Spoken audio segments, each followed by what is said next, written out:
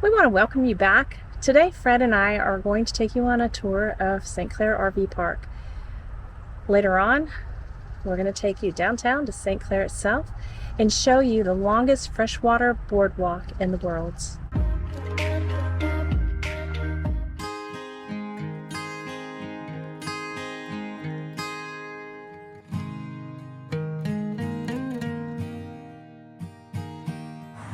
We are here today at Thousand Trails St. Clair, but you don't have to be a member of Thousand Trails to camp here. St. Clair RV Park is right off of I-94. You can see I-94 from the entry, so be careful coming in that you don't miss your turn. With us being right off I-94, you gotta know that some campsites have a little bit of road noise. The road to the gatehouse is shaded with trees. Thousand Trails welcomes you. And here at St. Clair, they believe in the Sasquatch. They have many warning signs throughout the park. Please do not feed the Sasquatch. There is no ranger stationed here. So check your email. They should send you a gate code. And if for some reason you don't get that gate code, there is a number posted here for you to call and they will let you in.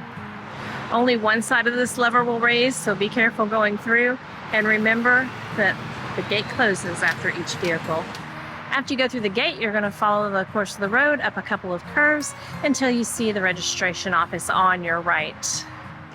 When you arrive, you are going to go up to the right, pull over to the side, and check in at the office. And keep on squatching. Not only is this a registration office, this holds a variety of your amenities. If you happen to come in after hours, they do have an after hours box. You can just go inside and take your packet and find your site. Now this is something relaxing and you don't see every day. They have an aquarium right here in the front lobby. When you walk in the door, there's a nice little microwave and coffee bar. And there's a nice little lounge in here where you can relax. So they don't take mail here, just packages. Make sure your name's on it. And they have a dedicated bench right here for you to pick it up. If you want to pick up memorabilia, sweatshirts, or t-shirts from your camping trip, they have plenty here for you to choose from. Eat some ice, or maybe some ice cream. Stop by the market before heading out to the miniature golf. This is where you're going to check out your golf clubs and your balls. While you're in here, you might as well pick up a wonderful blue raspberry or cherry slushie. Sasquatch is their mascot, so if you want some Sasquatch items, they have that right here at the marketplace. I spy another Barbie doll Winnebago. The laundry room is inside the clubhouse, right through the door. They have 4 washing machines that take quarters only, $1.50 each. There are also 4 dryers here. The water here, like in our last campground, does have some iron in it. They do have a wash basin here so you can wash out things. They also have a folding table, as well as an ironing board and iron. The dryers are $1.25 and also accept quarters only. There's plenty of room for you to fold your clothes right here. They even have a list of laundry room rules. Don't worry if you don't have quarters for the washer and dryer. They do have a change machine in the game room, which is just a few steps away from the washing room. The only thing in between that is the clubhouse, all in the same building. In the clubhouse, they have puzzles that you can take over to the tables, and if you want to borrow a book and bring a book back, they also have that as well. If you don't have a book to exchange, they just ask that you take it back to your campground, and when you're finished reading, bring it back. Inside the clubhouse, they also have a little movie lounge, and there's windows all the way around so you can see right out to the pool. Yes, of course they have bathrooms in the clubhouse. Call me crazy, but I love these barrels holding this long plank for the sinks. There are 3 stalls in here. They have golf cart parking as well as 20-minute parking only in this area. There is a neighborhood watch program in force. All sightings are immediately to be reported. There's only one way to enter the pool, and that is right here beside the clubhouse. They have a nice little area outside the pool where you can sit down at the picnic table and have a little snack. On the side of the building, right outside the pool, you do have your shower rooms. As soon as you walk in the door, you will walk right into the shower area. This is only one person at a time, so make sure you lock the door. The shower area is not handicap accessible, So make sure you watch your step as you exit the shower into the restroom area, where they do have one sink and one toilet. There is a very nice pool here that goes up to 5 feet deep. It has 2 little fountains at the beginning with a little kiddie pool. You need to take a break and sit down. There's a nice little pergola here. There has a stone step that walks right up there, and you can just take yourself a seat. The Canadian-American flag is flown proudly here. We are just a few miles from the Blue Water Bridge, which joins the United States to Canada. It looks like a pretty nice miniature golf area. The greenery is pretty well done. This is an adorable wishing well with the little bucket that goes all the way into the well. How sad, the windmill's broken. Looks like the wind got a little too strong here. They paid close attention to detail. They even have the flags in the holes. Can you get your ball through all those dice? Be like the Sasquatch. Leave only footprints. Come outside the back door of the clubhouse, you're going to discover more amenities. Out back, you'll find a pavilion where they host a number of activities. One of the favorites was a musician that was here, and we had a really nice evening spending time with friends and good music. Beside the pavilion, you'll see a nice asphalt area where they have a basketball goal. You can come out and shoot some hoops. They have a community chalk pad here, a little box full of chalk where your kids or yourself can come out and make some drawings. There are 2 horseshoe pits here. You can check out horseshoes at the office or bring horseshoes of your own. So I'm not sure how they score it, but I have seen some people using these horseshoe pits without the little holes. There is a nice dog run here. It is right up against the interstate, but it is fenced in. So you can come let your dogs play in the dog park. And as you can see, I think Nikita wants to go and play. So I think since Nikita can crawl in and underneath the gate, I think we'll keep her on her leash around here. They have a pet cleaning station for you, so if you forgot your bags, they sell propane here, so just check with the front office if you are in need of propane and they will hook you up. There's a dump station up by the clubhouse where 2 RVs can access. They have water to flush your tanks out. I love the dump station signs. I guess it gets a little stinky around here. The signs are rather cute here. Daily garbage only, no big items allowed, and we have our friendly raccoon. Looks like this little coon dog wants to get in there too. You look like a coon, don't you, little girl? Outside by the bocce ball courts, there's a little library book house. So if you don't want to go in the clubhouse to find a book, you can come right out here after hours, after the clubhouse is closed, and find a book right inside the little book house. Giant Connect 4 is always a kid-friendly game, or it might be a little battle between the adults. Today I'm going to show you section A, B, C, which is straight up the road, as well as L. Now you may be asking what L stands for. I'll tell you in a few minutes. Here in section A, you're going to find a lot of permanent sites as well as some transient sites. There's a small pathway in section A that'll lead you to a cute little pond where you can go fishing and just sit and reflect about your life. This pond has plenty of benches around it, as well as a couple of picnic tables. Of course, there's no swimming in this pond. If you don't want to go through section A to get to this pond, you can also walk up the main road toward the gate, and you can find a little entrance here as well. There are 3 bathhouses at St. Clair. There's one in section A, B, C, and the one in section C services section L as well. They have a room for you to drive up to the bathhouses to park, but they ask you just stay here 20 minutes or shorter. Each bathhouse does have a handicap parking only sign, but also with a 20-minute limit. So the showers are separated in the building from the bathrooms. We're going to go check the ladies' showers out. There are 3 showers in here, and they are numbered 1, 2, and 3.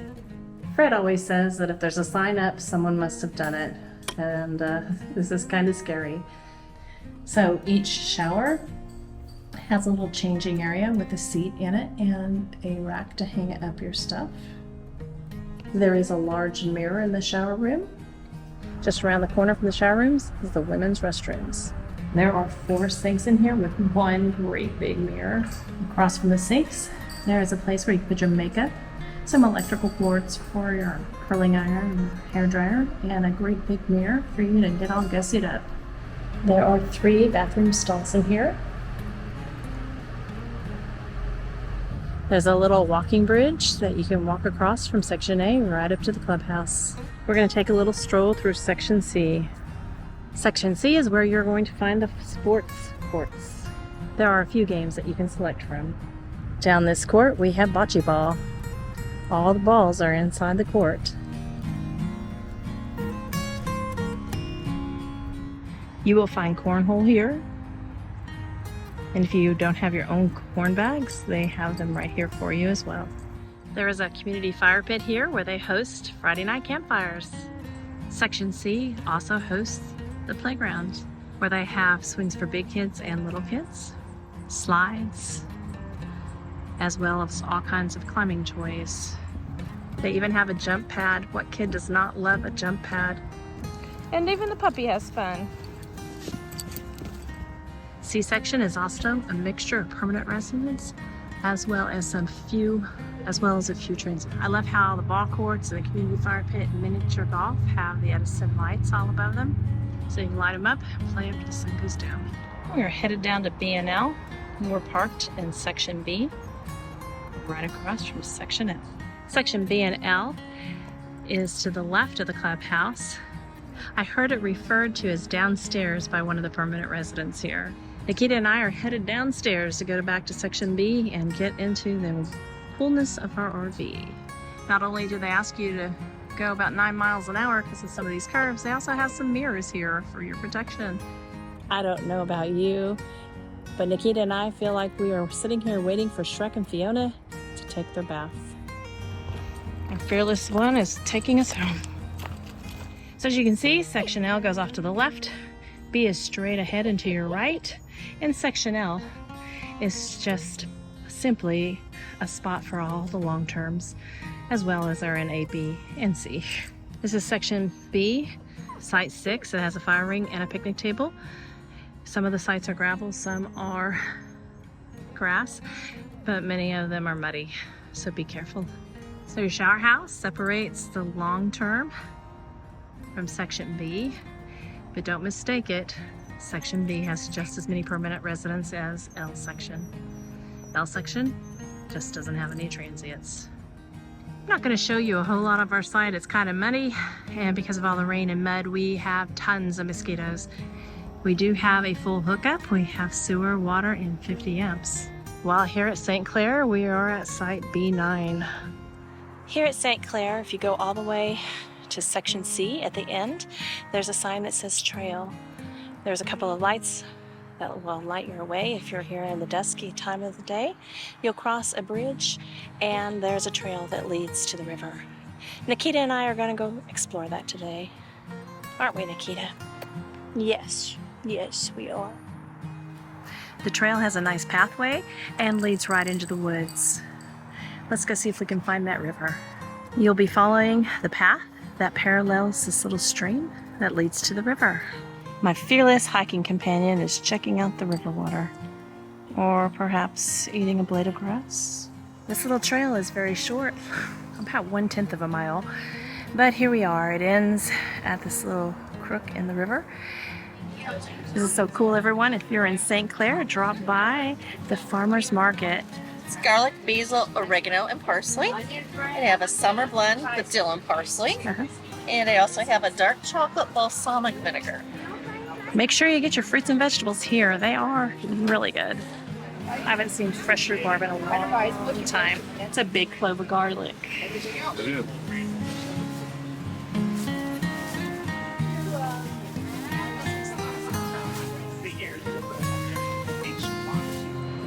We're out on St. Clair River, walking the longest freshwater boardwalk and watching the Freightliners come in. Push. Push. They have an access point here into the water where you can swim, but remember there's no lifeguard on duty. Ready? Good job. The boardwalk is at least a half a mile long. This is Nikita's first time on the boardwalk. It's her first official outing. We're here at St. Clair on the river, the Freighter Walk. longest freshwater boardwalk.